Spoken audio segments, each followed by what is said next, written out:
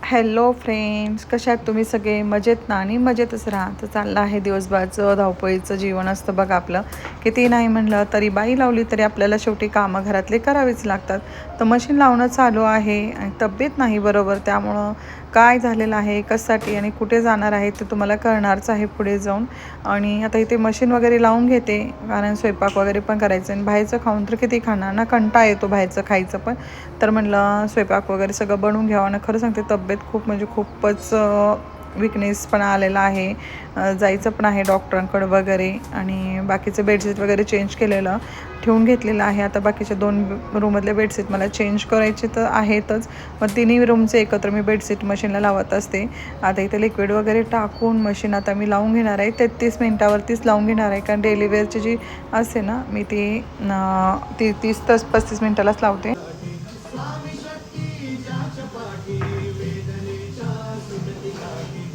स्वामी समर्थांचं song ऐकत ऐकत माझं इथं चालू आहे जेवण बनवणं वगैरे. आणि काय झालं होतं, मी तांदूळ डेली यूजला आणलेला होता. काय होतं, मी जास्त प्रमाणात आणत नाही. तुम्ही म्हणजे एवढंच कसं आणलं आहे, तर खरं सांगू मी असं खूप सारं आणत नाही, कारण आळे किडे खूप होतात ना, त्यामुळं मी बिलकुल असं करत नाही. इथं आमच्या इथं बाहेर पडलं ना 2 मिनटावरती भेटतं, आणि तसं ऑनलाईन पण भरपूर काही भेटतं. त्यामुळे मी जास्त काही सामान स्टोअर करायचा अजिबात माझा प्रयत्न नसतं. तर इथे डीमार्टमधून शेंगदाणे आणलेले होते, जास्त आणलेले होते, कारण मुलांच्या पापांना रात्री भिजवून ते सकाळी कसला शेक करतात बाबा, ते त्यांच्या पद्धतीने ते शेक करून पित असतात रोजच्या रोज. त्यानंतर इथे शेंगदाणे मी भाजायला ठेवलेले आहेत. एक्स्ट्राचे शेंगदाणे जे आहेत ना, कच्चे शेंगदाणे लागतात ना, ते रात्री भिजवतात. त्यामुळे तर आधीचे जे कच्चे शेंगदाणे ते एका बाउलमध्ये काढले, आणि जे नवीन आणलेले आहेत ते मी आता डब्यामध्ये घालून घेत आहे. आणि म्हणजे कसे जुने जे आहेत ना, पटकन वापरण्यात येतं ना, ह्यासाठी मी अशा पद्धतीने करते. तर कच्चे शेंगदाणे रात्री भिजवून ठेवतात, आणि त्यानंतर सकाळी ते काय माहिती मिक्सर एक आहे आमच्याकडे, हँड मिक्सर, त्यामध्ये भिजलेले बदाम असं काय काय भरपूर काय घालतात, रॉ मटेरियल वगैरे, आणि ते शेक वगैरे बनवतात. त्यानंतर आलेले आहेत हे लोक इथे बसवण्यासाठी वगैरे, आणि एकदम छान अशी जाळी बसवली आहे. तर हे बघा, मी तुम्हाला अगदी जवळून दाखवते. स्वयंपाक वगैरे माझं सगळं झालं, आणि हे जे काही जाळी आहे ना, म्हणलं तुम्हाला दाखवू कशा पद्धतीने आणलेले आहे. मच्छर वगैरे येऊ नये म्हणून ह्यासाठी ही जाळी एकदम मस्त भेटलेली आहे ना. रूमला लुक पण छान आलेला आहे. मला असं वाटत होतं की ऑड वगैरे दिसतंय का काय, तर हे बघा अशा पद्धतीने मस्त आणि एकदम छान असे आहे. क्लीन करायला पण अगदी इझी आहे बघा.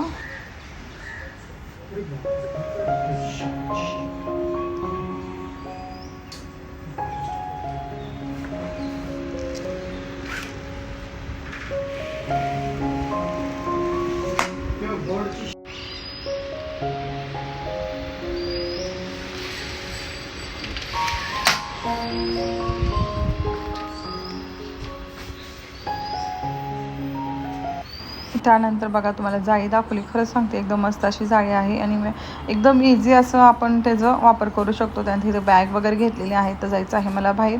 तर आता पहिल्यांदा जात आहे मी तर हॉस्पिटलमध्ये, आणि माझे जे कन्झ्युमर आहेत ऑन द वेच आहेत, त्यांचे तिथे पण मला ते माझं जे काही प्रोटीन शेक वगैरे मी त्याचा बिझनेस करते ना, ते पण त्यांना मला द्यायचं आहे. पहिल्यांदा ऑन द वे देणार आहे, आणि त्याच्यानंतर मी जाणार आहे हॉस्पिटलमध्ये. भैया वो विश्वनाथ देसाई को देना है, कॉल करके बोलेंगे क्या रखा है, सबका बंद है क्या? ठीक है चलो फिर, उनको मैसेज किया है मैंने, कर दीजिए, लेके जाएंगे, नहीं तो आते रहते हैं. ठीक है. त्यांना ते प्रोडक्ट वगैरे दिले, आणि त्यानंतर आलेले आहे हॉस्पिटलमध्ये. आणि चालायला सुद्धा नकोसं असं झालेलं आहे बघा. खूपच असं माहीत नाही, असं एकदमच आजारी वगैरे पडले. माणसाला बघा कधी काय होईल असं काही सांगता येत नाही. एकदमच मला विकनेसपणा आणि एकदमच त्रास वगैरे व्हायला लागला. तर हॉस्पिटलला आले, आणि त्यानंतर गर्दी वगैरे काहीच नव्हते. ऑलरेडी मी कॉल करून वगैरे विचारलंच होतं त्यांना गर्दी वगैरे आहे का. ते म्हणजे गर्दी वगैरे नाही, तुम्ही येऊ शकता. आलेत मॅडम, नाव घे ना. पल्लवी उपळे.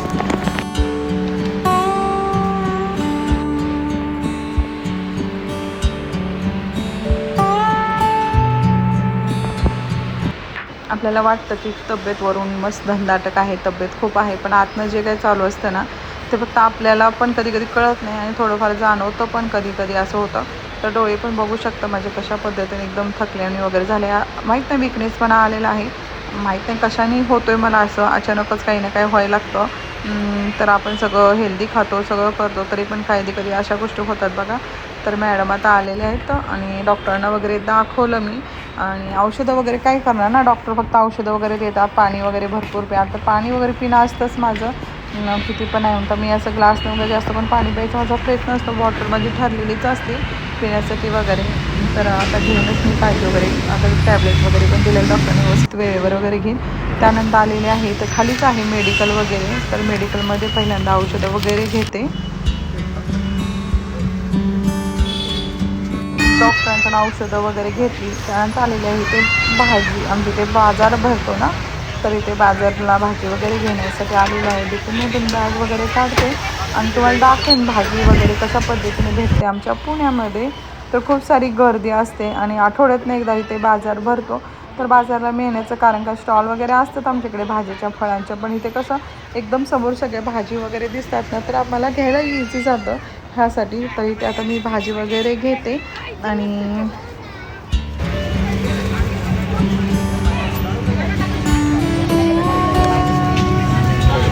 वांगी कसे तो वांगी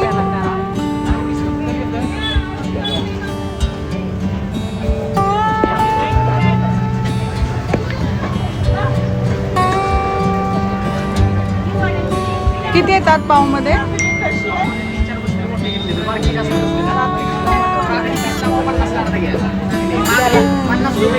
हे कारलं कसं आहे?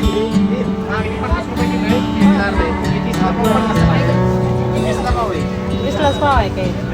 काही वांगे द्या मला पावशे. आणि ही कारलं 10 हे घे, मला पण पाऊस होता.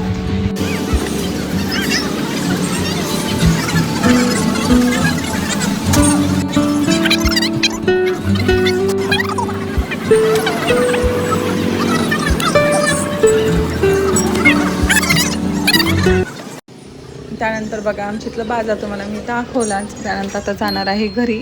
कसं तरी होतं आहे, पण मला भाजी घ्यायचीच होती. मला जशी हवी आहे ना तशी घ्यायची होती, कारण मला ना शेवग्या शेंगा मेन म्हणजे घ्यायच्या होत्या. आणि बाकीच्या काही थोडेफार भाजी वगैरे मी घेतलेल्या आहे.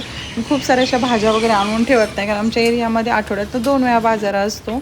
त्यानंतर बघा भाजी वगैरे आणली आणि त्यानंतर जे काही औषधं वगैरे आहेत ते पहिल्यांदा मी इथे काढून घेत आहे. कोणते, कधी, काय खायचं आहे हे मी आता बघणार आहे. आणि माझं मेन म्हणजे कसं मी किचनमध्येच माझी औषधं वगैरे ठेवते.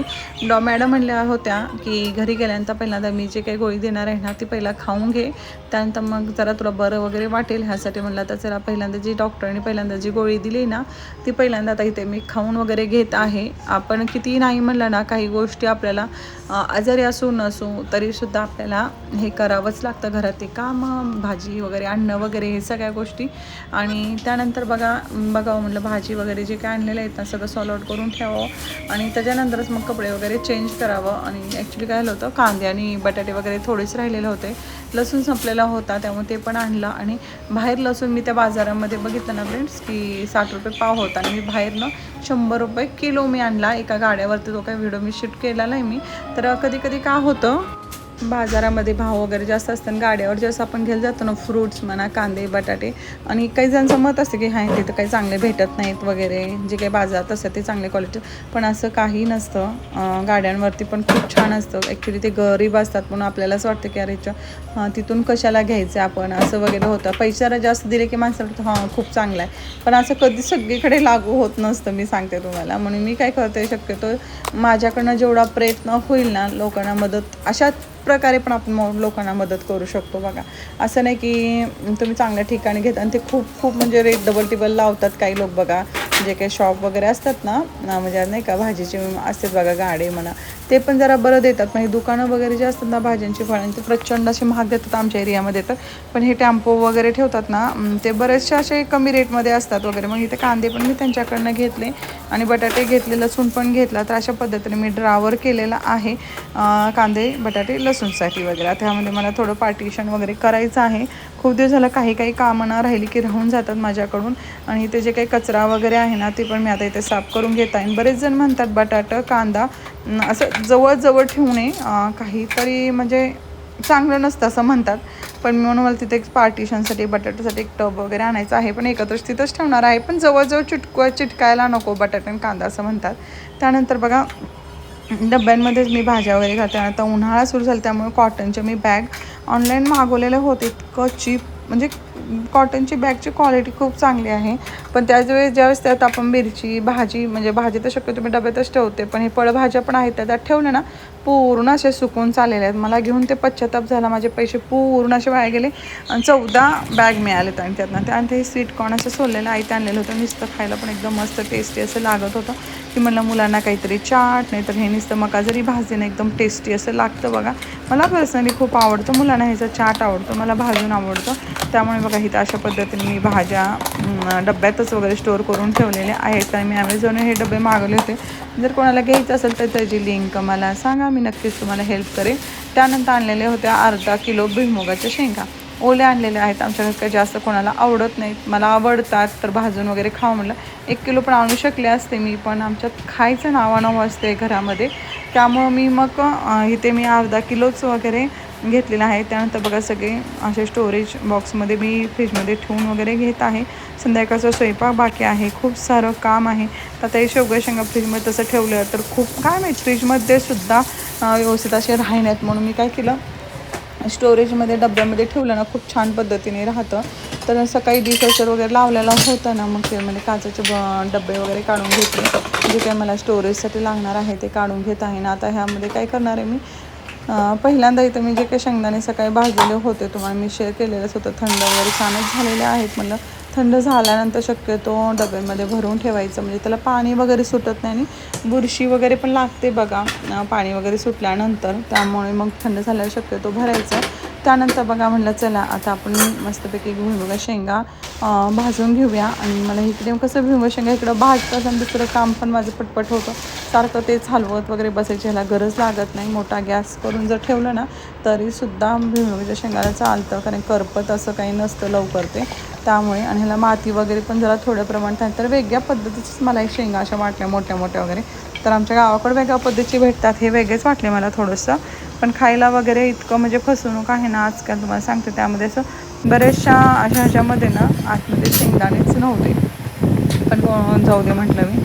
त्यानंतर बघा हे मी धुतलेले जे काही शेंगा आहेत ना ते आता मी व्यवस्थित असं कट करून डायरेक्ट काचेच्या स्टोरेज बॉक्समध्ये मी भरून ठेवणार आहे. जेणेकरून काय होतं की व्यवस्थित जेव्हा मला भाजी बनवायची आहे ना त्यावेळेस मला पटकनी वापरता येईल. कारण आता मुलांना सुट्ट्या लागलेल्या आहेत, उठायला उशीर होतो.